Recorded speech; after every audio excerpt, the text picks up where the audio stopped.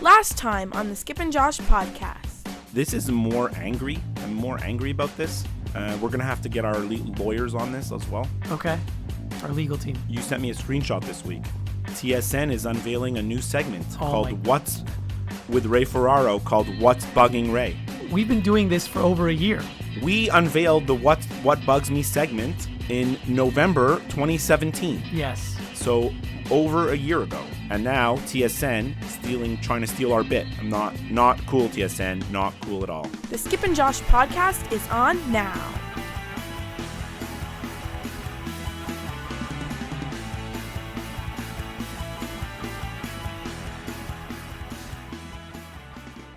Hey Josh, welcome to my basement again. You mean your recording studio? Well, I don't know. With the way things went in our little test records that we just did, I wouldn't call it much of a studio, but we're back to the sharing the one mic, and maybe next time I'll figure out a proper way to record with two mics. Well, it could still be called a studio because it has four walls and a door. Yeah. Aren't you impressed that there's a door now? Yeah, there wasn't a door last time I was here, so that's an improvement. Yeah. So, this episode's going to be a little bit different than our usual episodes because I think it's going to be shorter, but there are a few things I need to get off my chest. Right. Well, just to explain how we thought we were going to work it with the next couple of episodes, we thought that the next episode would be the Super Bowl preview. Our big Super Bowl preview extravaganza. That's going to be the next episode after this one. When I told you, hey, we're going to record on Sunday and we're going to do the Super Bowl preview. And then you said, no, I want to do a regular episode because I got a lot of stuff to say. Now, I don't have anything to say. So I'm going to kind of leave it up to you to bounce these thoughts of yours off of me, I guess. That's good. Most of my things are short, so we can just zip through each one of them. Okay. But the first one is... So remember way back in, was it October or November, when Carey Price was injured?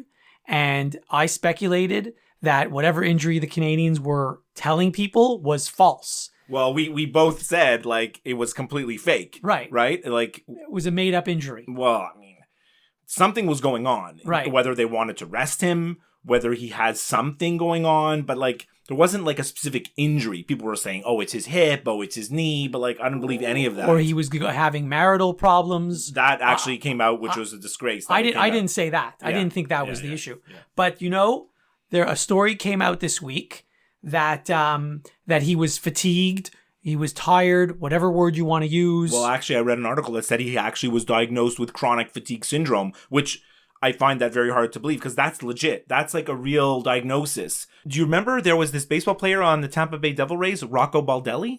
I remember him. I remember him. Yeah, he was a promising player. He had a few good years, and then he was diagnosed with chronic fatigue syndrome. He had to retire because he became a backup, and then he didn't want to do it, and now he just retired. So, I mean, if Carey Price really has chronic fatigue syndrome, it's serious. It's not just let's rest him for a week and he's going to recharge his batteries. That's not how it works. Well, my point is that I feel that we were right because there was something else going on. Yeah, well, what did they say the team did not tell us anything about this in the fall. Right. It only came out this week, and I don't know if it came out by accident or intentionally. Yeah. But I feel vindicated because all these people who were speculating that there was something other than a lower body injury were right. There was something other than a lower body injury. Right. And I don't even know if there was actually a lower body injury ever. Well, I mean, the thing is, if he is so fatigued, why'd they send him to the All-Star game?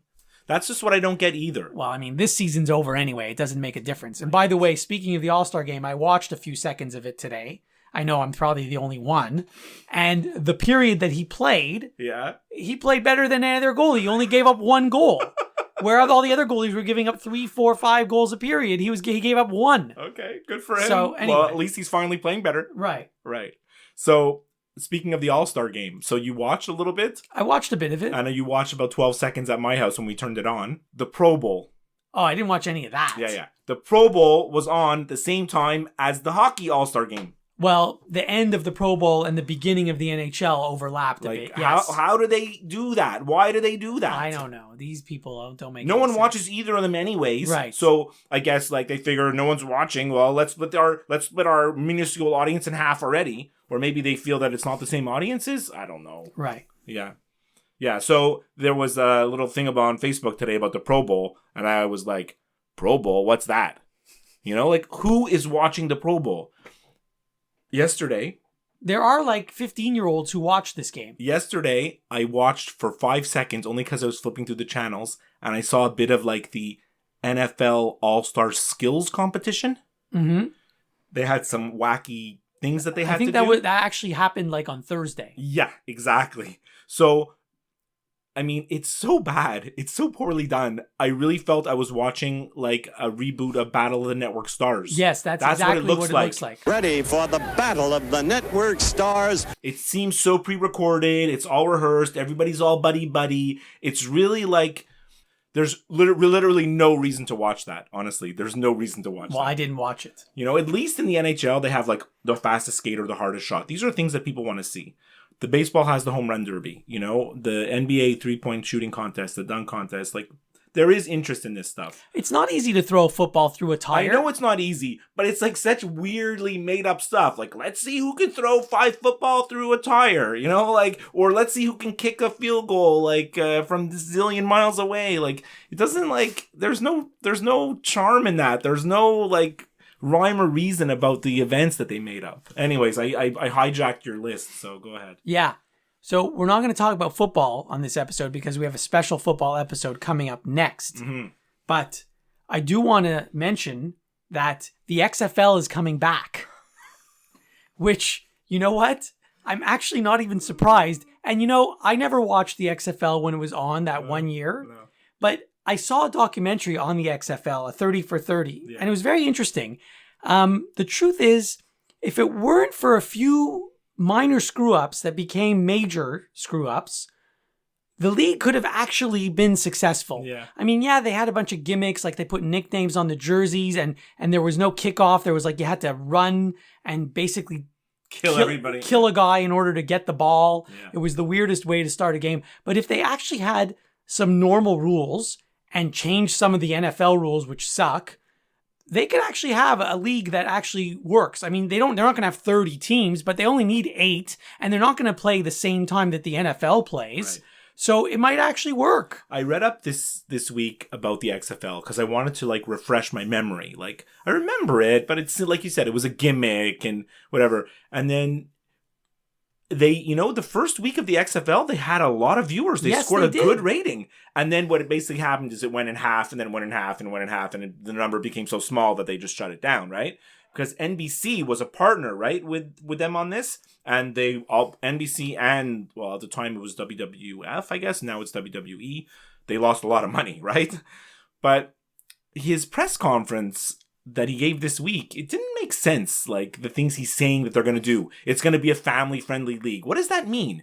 I don't know what that means. You know, it's going to be less violent or more violent. I'm not sure. Like he said it, like they said they have a handle on concussions and head injuries more than any other league. Well, that's nonsense. Which may be true because their athletes in wrestling, like there's a lot of concussions and you don't know. They may have some very, very good information and their own, you know, and doctors that know a lot about this stuff. But the thing is, if you can't say you're going to have this sport that's going to be XFL, what does the X stand for? Extreme, right? How is there going to be less concussions? How is there going to be less concussions? How is it going to be less violent? Well, they could change the rules. Like they could say, you know, maybe have something similar to the CFL where you're not allowed within 5 yards of a guy who's about to catch the ball. Yeah, to have whatever. Like, who knows? Yeah. Who knows? Well, look, do I want it to succeed? I don't care. Do I think it's going to succeed? No. But like the NFL has this chink in the armor right now. Like there's a weakness showing. Like if ever there was going to be a competitor that was going to come and capitalize on like football fans that maybe are not crazy about the NFL, it's now, right? Because there's been a lot of all the stuff this year. Like, the people are complaining about the game's not the same because they can't tackle. There's so many. The reffing is inconsistent, and what's a tackle? What's a catch? We talked about it a million times. I still don't know what a catch is most of the time. You know, so. I don't think you shouldn't think of this league as a replacement for the NFL. This is in addition to the NFL. Okay, that makes sense. So it's going to happen at a different time of year. Mm-hmm. Like it's going to start in January or February when the NFL is done or almost done. Yeah. And it's only going to have probably 8 teams, I think is what they said. Okay, so plus or minus one season. I think it's going to be over one season. You think more than one season. You think there's going to be season 2 of XFL? I think so, yeah. I can't see it. Okay, well. But look, you don't watch wrestling. No, I don't follow it at all. You don't No. know McMahon. You don't know him. No. I mean, I know McMahon, wasn't he Johnny Carson's sidekick? That's Ed McMahon. Yeah. Oh, okay. This is Vince. Ah. But like, I mean, he's a character on the show sometimes, but that's the character. But in reality, he's this multi-bajillion billionaire, you know, that owns this humongous company. Well, it's a publicly traded company now. WWE is huge. It's a billion-dollar business, Yeah. right? So, I mean, he knows what he's doing, right? Also, he knows how to market stuff. He knows how to, you know what WWE is? It's course. a promotion, you know? They hype up stuff and they get people in the building and then they make you want to come back for more because that's what the nature of it is. So if anybody can do that with a new football league, it's him, right? Plus, he's not going to have to worry about like a players' association or player contracts or people holding out because he's going to be paying the players. Right. The league is going to be paying the Not players, teams. not the teams. Yeah. So that's like takes care of And half of your headaches right off the bat. He said that if you have a criminal record, you can't be in the league. Right. Well, right. there goes like... And boom goes the dynamite. Well, that's a lot of players that are a lot eliminated. of players are eliminated. But, you know, there is a big pool of football players that are currently unemployed. There are tons. That could be employed by this league. Yeah, I wonder. I mean, and the better the league does, the more ratings they get, I guess the more money the players will make, right? Yeah. Anyway, I just find it interesting. And if you take away all the silly gimmicks, like the way they started a game. Yeah. And the way they started a game was cool. They put the ball in midfield and two guys had to That's like charge dodgeball, isn't it? But the thing is, it was cool. But the problem is, the first time they did it, the guy separated his shoulder. And it was out for the season. And then like they said, I guess this is dangerous. We better not do it. But it was cool, right? So, and I mean, the nicknames on the jerseys. And by the way, like you said, I mean, they're way out in front on the nicknames on the jerseys. Week 1 of that season, as you said, they were getting good TV numbers. Yeah. And I don't know if it was week 1 or week 2, something happened at the end of one of the games. It was actually a close game. And all of a sudden, the game went off air, and fans at home didn't get to see the end of the game. That's what happened to me yesterday. Well, do you know what the reason was that the game went off air? No. Because somebody who was in charge of the generator forgot to fill it up with gas, and it ran out of juice, and that's why the game went off air. Oh my and then God. fans thought, oh, this is a clown league, and they didn't watch the following. But had that not happened, that was what started off a chain reaction of things that turned people off. Yeah. But if they have all their ducks in a row this time around, you know. Anyways, look, we'll see what happens. We'll see. I just thought it's weird, you know. Who cares? Does anyone really care about the XFL? I don't know. No. But like you said, I might watch for the first week and see what it is, right? But I mean, if you're a diehard football fan in the States and there's no NFL because the NFL season's done and NCAA season is done, You might turn this on. what are you going to do February, March, April, May, June, July until training camp in the NFL starts in August? Right. Right? Yeah, it makes sense, yeah. The other thing I wanted to talk about is basketball. I have a few basketball things I want to talk about. First of all, this year, the NBA, this is what bugs me. This is what bugs me? This is what bugs me. You're kidding me? Boy, are you bugging me, man. I'm gonna nail. Ooh, God. I'm getting bugged now. Whoa, man. You came into my house today and you said, I got a lot of stuff to talk about basketball. There's a lot of I got a lot of stuff to get off my chest. We talked about this before. Yeah. You've noticed that every time you turn on an NBA game this year, the same team is wearing a different uniform. Yeah. It's not like they have like home and away. Now they have home, there is away. there is no more Right, home and exactly. away. Yeah. They have like 4, sometimes there's jersey 5. 1, there's jersey 2, there's jersey 3, or sometimes 4, and it's predetermined which ones they wear. And now all the teams have this new additional jersey that just started, since January 1st, I think, where it sort of has something to do with the city that you play in. Like Golden State, it says town on it, I think. Right. Or the city or something. I don't even know what it says on the it. nickname or whatever, yeah. So it's like now when you watch highlights of a game, You don't know who you're watching. you don't even know who you're watching. Yeah. So it's just too annoying for me. Like what used to be good when each team had 2 uniforms, used to be able to turn on the television and say, oh, this is Cavaliers against Raptors, or this is Lakers against Celtics. Now you're not You sure. knew right away. Now it's like, hold on. Actually- which team's wearing dark? Which Actually, team's wearing the light? I other- don't even know which team is which team anymore. The other day I turned it on. I forget who was playing. It might have been San Antonio, I forget who they were playing. Yes, it was San Antonio and Toronto. Yeah, and I didn't know which team was which. Toronto was wearing black, which San Antonio normally wears. I was all messed up for like 5 minutes. I was like, what? Wait, where, who? Like, I didn't know what was happening. It's so annoying. Yeah, that is very, very true.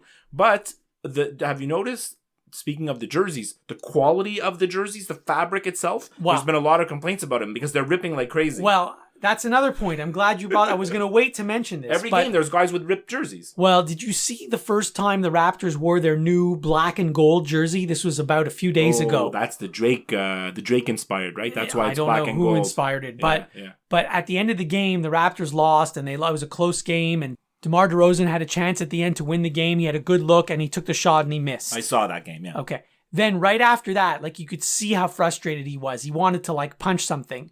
But what did he do? He actually ripped his jersey. Yeah. Like, these pro athletes who are making millions of dollars, they have no clue. That jersey's expensive. He doesn't care because he's not paying for it. But, like, now some poor, trainer or equipment manager, I should say, has to now either fix the jersey or get a new one for him. Throw it out, yeah. Like, seriously, guys. And the same thing when hockey players, like when they smash their stick, these sticks are hundreds of dollars. Remember? There's kids out there who would kill for a jersey or who would kill for a hockey stick, who can't afford these things, who want these things. And you're just like breaking them or ripping them as if they're a piece of paper. Have some respect for your uniform. You're so riled up. I love it. Remember we went to see the Team Canada against Kazakhstan in Ottawa, the World Juniors? It was 2008 or 2009? Yeah. Okay. And we were like more than halfway through the game, and we realized Ryan Ellis's mom was sitting behind us. She was sitting right behind us. Okay. We talked to her for about 30 seconds, but you didn't want to bug her or anything. Mm-hmm. And what happened, the reason why we found out who it was is he took a shot and he broke his stick. I don't remember and this, And then she was like, there goes $300. Because they're a junior team, like, I don't know if he's paying for his sticks when they're playing on Team Canada or whatever, but I mean, at some point, he's 17 or 18, 19 years old. He's paying for his sticks, he doesn't have a stick contract yet. Mm. And she was like, there's another $350, I just thought, you don't remember that? I don't remember that. Matthew even could tell you. I don't remember. I believe you, but I don't remember. Yeah. And then staying with NBA jerseys for $300, Alex. This is yours. Did you see last week? I'm going to show you a picture right now because, of course, I took a picture of my television, as I've been known to do. You do that often, yes. Did you see this? Did you see this disgrace? The Minnesota Timberwolves. They're wearing highlighters. I don't know what that is. That's worse than the Baylor uniforms. It's very similar to Baylor, yeah. It's worse. It's that bright, bright green, highlighter green. I think they won this game because the Raptors were blinded by the uniforms and couldn't see what was going on. Anybody who's interested in, like, uniform discussions, you should follow on Twitter Dave Damashek. He's from the NFL Network. He calls himself the official, unofficial uniform police of all sports. So if we tweet that picture to him and ask him what he thinks, I'm sure he would try to set the Raptors straight. The Timberwolves straight. Yeah. Okay, we'll do that. Yeah. So I'm done with the NBA now, but we still have to stay with basketball and talk about NCAA for a little bit. Yeah. So I just want to follow up on something that I mentioned in passing, because people might be wondering, what do you mean that happened to you yesterday? Yeah, what do you mean that happened to you yesterday? I was watching the Duke game yesterday. There's 30 seconds to go in the game. There's a timeout. It goes to commercial. And then I'm looking at my phone. I'm not paying attention. The game never comes back on. Mm-hmm. All of a sudden, golf is on. Jim Nantz is talking. Tiger Woods is teeing off. I'm like, did I miss the game because I was looking at my phone? Was I asleep at the wheel? And I look at my phone and it says Duke, Virginia, 23 seconds left. I'm like, the game's still going. What's going on? The golf is still on. So I call you. Yeah, and I was watching the same game, and I had no issues at all. I call you. I'm like, what's going on? How come I have golf on? You're like, I don't know. I'm watching basketball. So we figured it out that Videotron, the cable company here in Quebec. You got screwed by Videotron. I got screwed because you're on Bell. You were in Montreal also, and you had no issue. No issue. So that's what happened to me yesterday. Yeah. I missed the last 30 seconds of the game. Awful. Well, anyway. I mean, it's terrible when that happens because the person has one job to do. You know, which is push a button. You know, or not push the button. Yeah. The problem is they push the button when they're 4:00. We got to switch. You know. So, speaking of that game, Duke obviously lost. So maybe it's a good thing that you didn't see the end. Yeah. But it was disappointing. Although I can take solace in the fact that they lost to the number 1 team in the country, and they did score over 50 points against a Virginia team I don't think who has given up that many points to anyone, to any other team this season. Right, okay. We can look that up and find out if I'm actually right. They're the number 1 defense. Right. They are, yeah. So, and interesting, I don't know if you heard this stat. Yesterday, the same day, North Carolina also lost to NC State. Yeah. It's the first time, I think, since like 1975 that both Duke and North Carolina have lost at home on the same day. Oh my God, that's wild. I love that. It is pretty crazy. Well, I mean, yeah. I mean, of course, they had to be playing at home on the same day, and they had to both lose. So how often do those teams lose, and how often do they lose at home? You haven't watched a lot of Duke this year. I haven't. They're never on. So what's your impression of the team? Not that good, eh? Well, I think Marvin Bagley in half a season already shattered the record for most, is it 20-point games or 30-point games by a Duke player in a season? Not in a season, in career. Oh, 30-point games, that's possible. 30-point games. He has more in half a season he has than Leitner had in 4 years, than Hurley had in 4 years, than Grant Hill had in 4 years. Yeah, that I believe, because he's had a lot of 30-point games. Than J.J. Redick had in his career, than any of these guys. Yeah, but the thing is, he can't shoot free throws, and, you know, late in the game, it's very hard when you're in crunch time. It's very hard to rely on, like, a post player, an inside player. You know, when you think about all the game-winning shots in history, right? They're all from 3-point range. They're not, or jumpers. You know, Michael Jordan, you know, the fist-pumping Michael Jordan, it's a jump shot. You know, like, those are the shots that are open. You know, it's the little dunks or layups under the basket, those don't happen. Except with the team as talented as Duke is, it should never come to the point where they need a buzzer beater to win a game. Yeah, you're right.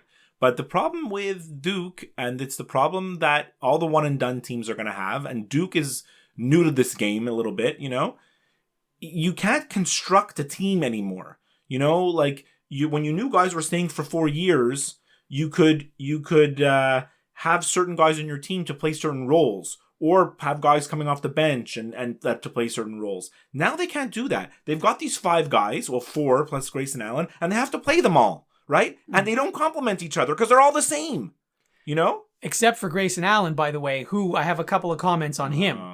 One, this is his 4th year in college. Yeah.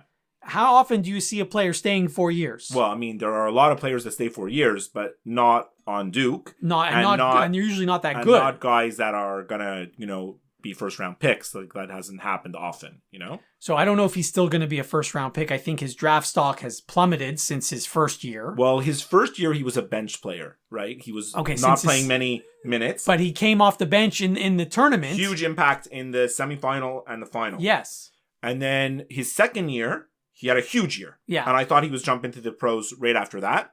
And then last year, he didn't improve.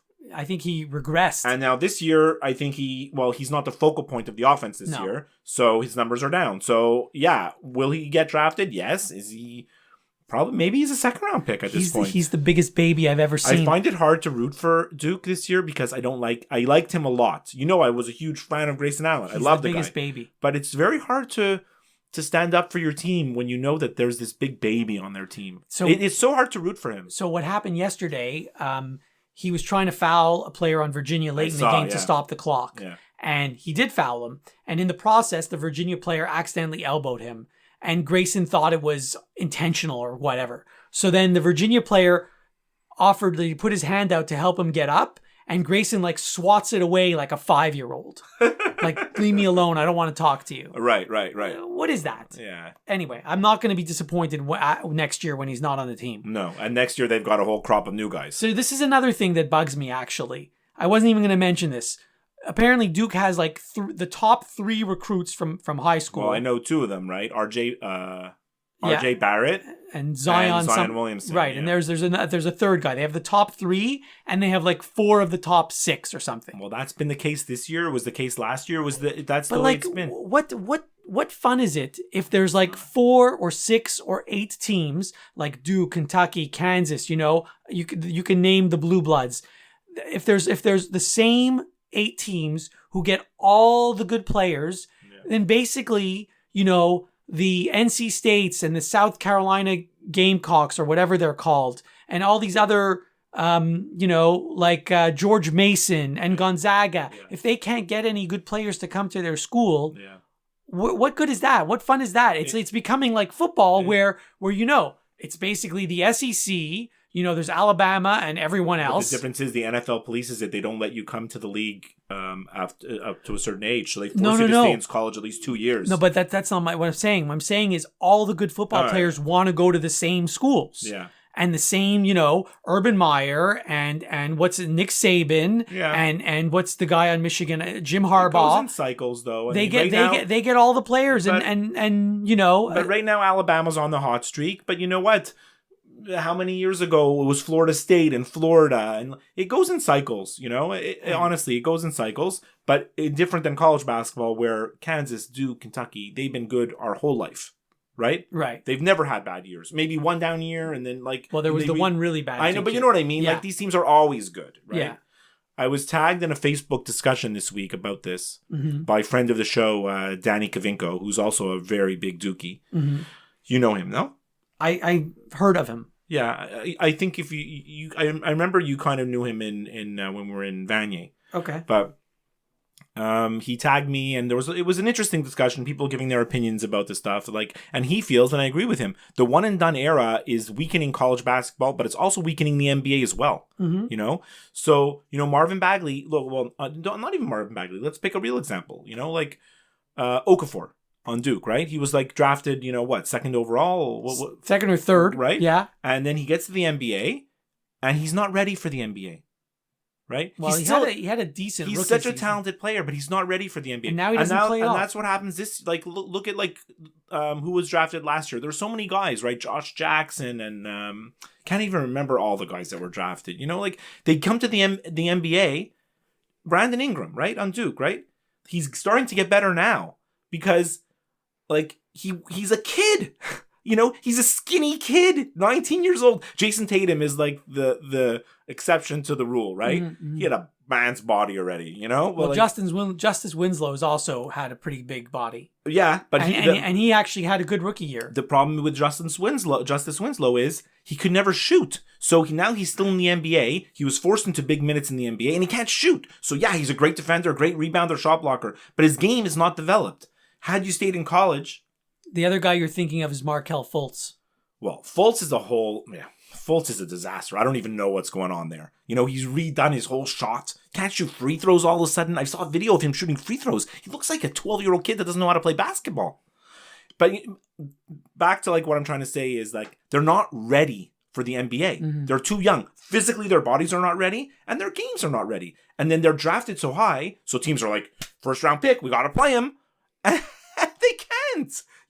How is a skinny 19-year-old kid supposed to go up against DeAndre Jordan, who's a giant of a man, it just doesn't work. And I miss those days when they stayed in college for 3-4 years, their games developed, the caliber of play in NCAA was so good. Now this is why a team like South Carolina last year was able to beat Duke in the NCAA tournament. Because Duke has 4 freshmen, right? They're starting them all.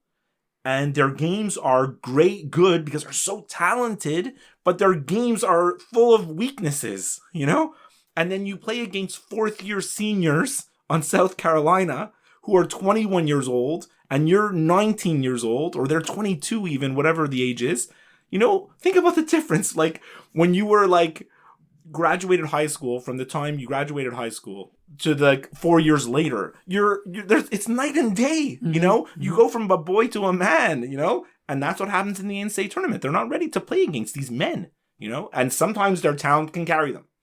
Duke proved that, right? They had a great year with Okafor, Tyus Jones, so they went all the way, but doesn't always work like that. No, it doesn't. No. Let's switch gears to baseball because I have a lot to say. We got to wrap up this episode. We're going to end it on a high note with baseball. So Hall of Fame. But before the Hall of Fame, I have to say I was very disappointed in this baseball offseason because there wasn't anything to talk about in the sense of trades or signings. Minor stuff, right? But now, the Jays got who did they just sign? I forget. Albuquerque. They did. I know. My boss sent me an email saying the Jays signed Al Albuquerque. Yes, they did. You know Al Albuquerque. He's like a big joke from the Mike Francesa show. I don't know who. I'll post a link to it. Okay. So Mike Francesa didn't believe that Al Albuquerque was a real person like 5 years ago. When he read a thing saying Al Albuquerque signed, he was like, "This is not a real person. What is this made up?" Well, he is a real person. Yeah. The other big news, which I'm sure you couldn't sleep because of, the other big news, which I'm sure has kept you up at night, is that the Jays let Ryan Goins go to the Royals. Oh, Goins. So here's what I don't get, because I know Ryan Goins can't really hit out of a paper bag if his life depended on it. However, he did play almost every game last season because of injuries to Troy Tulowitzki and injuries to Devin Travis. And so he's valuable because those guys are going to be injured again. Exactly what I was going to say. Those guys, are. They will be injured again. Yeah. They do need someone to replace them. He has an excellent glove. And you know what? In the limited time that he did play, he did come up clutch a few times. So I'm surprised they just let him go for nothing. Anyway, but that's not what I want to even talk about. I want to talk about one of your favorite players, Lorenzo Cain. I love that guy. Signing with the Milwaukee Brewers. I didn't even know. I'm not even in the loop on what's going on. Well, the Milwaukee Brewers are all of a sudden World Series contenders because on the same day, they acquired Lorenzo Cain and they traded for Christian Yelich. Yeah, I saw they got Yelich, yeah. So all of a sudden, the Brewers are like the Yankees. They're loaded, right? Yeah. They have a Brewers, right? It's such an attractive destination. You know, they only finished one game out of a playoff spot last year. I didn't know that. So anyway, they're going to have to compete with the Cubs and the Cardinals, which isn't exactly an easy thing to do. But I'm saying they're going to make the playoffs for sure this year. The Brewers? Yeah. Well, I think, look, the NL Central's tough, but anybody, it's anybody's game. They could be a wild card team. Yeah. I think both wild card teams will come from that division. It's amazing. I haven't been following the MLB offseason at all, but I have There's nothing to follow until now. Consumed by the Hall of Fame talk, Well, so now we could talk about the Hall of Fame. Sure. Because Vlad Guerrero got inducted, which was not a surprise to anybody because in his first year last year, he almost got inducted. Yeah.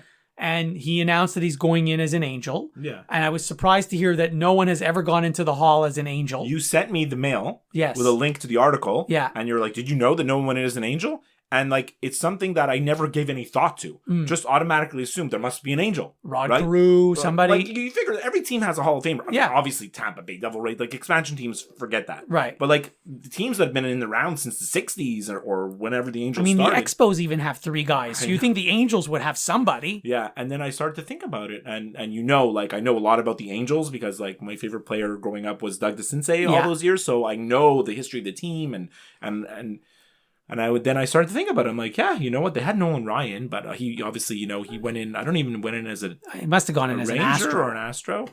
I think a Ranger maybe. Obviously Rod Carew, but by the time he came to the Angels, he was a first baseman. He was older, so I knew Carew was a twin, And then I was like, who else did they have?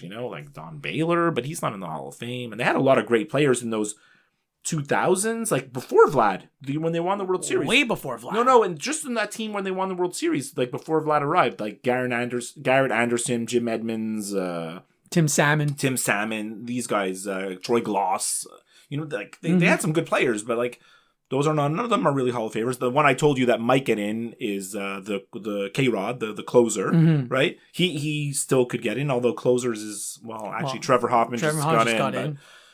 So yeah, pretty crazy that they don't have any Hall of Famers. So people's heads were exploding here in Montreal because Vlad didn't go in as an Expo. And I was like, first of all, I never thought he would. Right. I always leaned to the fact that he probably would go in as an Angel. Well, he won his MVP as an Angel. Yeah, and I was like, and I actually don't think it matters. Yeah, I don't Tim care. Raines, it was obvious. He was an Expo. Yeah, he played in the White Sox. Yeah, he played in the Yankees. But Raines was an Expo. Carter actually is 50-50, to be honest, Gary Carter, Well, he did win the World Series with the Mets. It's very, very, it could have gone either way. But I felt he was more of an Expo than a Met. But that's me looking at it, And Dawson obviously was an Expo, right? Mm-hmm. But Vlad, I don't know. It could go either way. And people were going crazy here. Oh my God, they're so mad about it. And I was like, I was talking to someone. I'm like, what do you care? He's going in the Hall of Fame. The days of players playing for the same team for their whole career, That's done. Right. And I would That's been done a while. I would rather have a World Series championship and have no players in the Hall of Fame. Exactly. I'd rather a team here. And how many World Series championships did Montreal have in their history? One playoff appearance. Right. So I mean, like those days of players playing for the same team their whole career, that's finished. Mm-hmm. So you better get used to the fact that teams are going to be like, this debate's going to be like, what cap is he going to wear when he goes in? That's going to happen all the time now. For sure. Right? That's going to be common. So let Vlad go in as an Angel. His plaque's going to say he played for the Expos for 7 years, right? They're going to talk about all the home runs he had, all the RBIs and the great seasons. And we remember him as an Expo, so that's all that matters, right? By the way, I won't be in Cooperstown this summer. just FYI. The discussion has started already about whether we should go again to see the induction. And Mike from Atlanta, friend of the show, is already told me he's on board. All right, so we're driving. You coming? What else am I going to do? Stay here and learn? Road trip. And our buddies Neil, who's going to come on for our Super Bowl episode, he's already told me he's ready to go, so I may get sucked into it. Well, have a great trip and let me know how it goes. The amazing thing is, do you remember I don't know if you were there or if it was Mike, we were in the gift shop. I was in the gift shop. And we ran into some Angels fans. They were decked out in Angels stuff. Okay. And we started talking, you know how many Expos jerseys were everybody. Everybody and their brother was wearing an Expos jersey in Cooperstown. You couldn't walk 2 feet without seeing an Expos jersey or Expos hat or whatever. So then they started talking to me about like Vlad, how next year's going to be Vlad, next year's going to be Vlad. And then I'm like, you think he's going to go in as an Angel? We started talking, but very, very friendly. Angel, Expo, whatever. And they felt he would be going as an Angel. And I kind of agreed with them. So like, when people here are so mad that Vlad's not going in as an Expo, I'm just thinking about those random California Angel people that I met in Cooperstown and how happy they must be. Yeah. Right? So now they have all a reason those diehard to go. Angels fans finally have a Hall of Famer. Now that trip from California to Cooperstown, that's a long trip. That's a doozy. Although the Rangers fans made it last year for Pudge, right? For Rodriguez, but it's pretty far too. So yeah. What else you got? I'm done. You're done? I'm done. Okay. I wanted to do a very quick listener mail. By the way, ladies and gentlemen, these are actual letters from actual viewers from all over the world. So I got a message from Mark from Philadelphia this week. He pointed out that we were perhaps wrong about how the NHL is calling it All-Star. Actually, we're not wrong, because today, as I was watching the game, as I was the one viewer watching, yeah. in the corner of the screen, there was a hashtag, and it was NHL All-Star. I know. No game, no nothing, just NHL All-Star. I'm glad you said that, because he sent me a press release from the league that he found, and they mentioned the All-Star game. It says the NHL All-Star game will be on, and they give the time. Interesting. But I think lost in that, and he's not wrong, of course, but and we call it the All-Star game, and you should call it the All-Star game. But I think what we were getting at is, just to defend our position, the branding of the event is All-Star. And I've seen it everywhere, right? So it's probably has something to do with millennials and lack of attention span, and so now everything in this world is being shortened. You think it really matters if they say All-Star Game or everything All-Star? is being shortened. So now All-Star Game has become All-Star. I mean, there's other things you can think of. That's wild. Everything is being abbreviated and shortened so that it can fit into a tweet and who knows what else. Yeah, okay, that's true. And the second listener mail is from also a friend of the show, Derek Kassoff here in Montreal. He messaged me this week. He said, thanks for the shout out because we mentioned him on the show. He was really happy.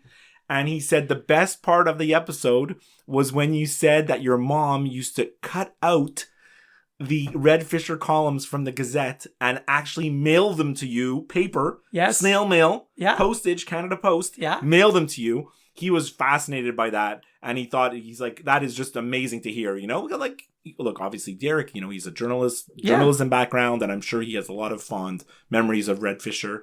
And, just the fact that you felt strongly enough, I got to read these columns, That was my favorite part of Saturdays. Yeah.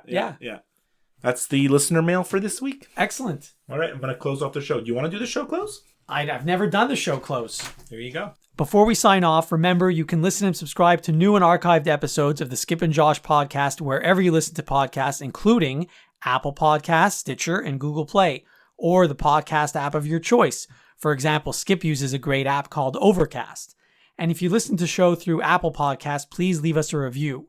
We'd love to hear from you via email, skipandjoshshow@gmail.com, via Twitter Skip and Josh, or by liking and following our Facebook page, where you can now also leave a review of our show. As always, you can get all the links we talked about on our show at our website, skipandjosh.com. You're a natural. One take. One take. That's all it is. One take. All right. I'll speak to you soon. We're going to take a little break and then pump out another episode, our Super Bowl preview with Neil. Love it. All right. The Skip and Josh podcast is over now. Don't worry, there'll be another episode soon.